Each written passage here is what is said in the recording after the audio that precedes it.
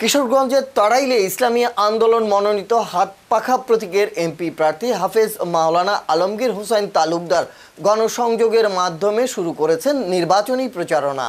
বুধবার ২১ জানুয়ারি উপজেলার সদর বাজারের ট্রলারঘাটস্থ দলীয় কার্যালয় থেকে গণসংযোগ কর্মসূচির উদ্বোধন করেন। এ সময় লা ইলাহা ইল্লাল্লাহ জিকিরের মাধ্যমে তিনি উপজেলার বিভিন্ন গুরুত্বপূর্ণ সড়ক প্রদক্ষিণ করেন। এ সময় ইসলামী আন্দোলনের বিভিন্ন স্তরের নেতাকর্মীরা উপস্থিত ছিলেন। তারা হাতপাখা প্রতীকের পক্ষে জনসাধারণের মাঝে প্রচার চালান এবং দ্বীনি মূল্যবোধ, ইনসাফভিত্তিক সমাজ ও ন্যায়পরায়ণ রাষ্ট্র গঠনের আহ্বান জানান। এ সময় নেতারা বলেন, ইসলামী আন্দোলন বাংলাদেশ মানুষের অধিকার, নৈতিকতা ও শান্তিপূর্ণ সমাজ প্রতিষ্ঠায় কাজ করে যাচ্ছে।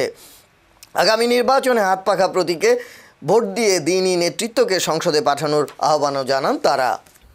আলহামদুলিল্লাহ, জনগণের মধ্যে প্রত্যাশার চেয়েও বেশি সাড়া পাচ্ছে।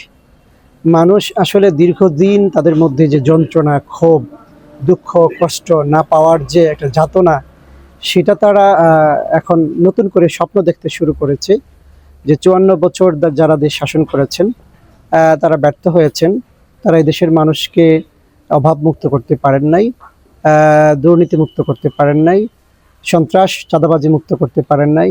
এই দেশটাকে তারা মাদকের কারখানায় পরিণত করেছে। এই দেশটা ইউরোপিয়ানদের ভাষায় বটমলেস বাস্কেট।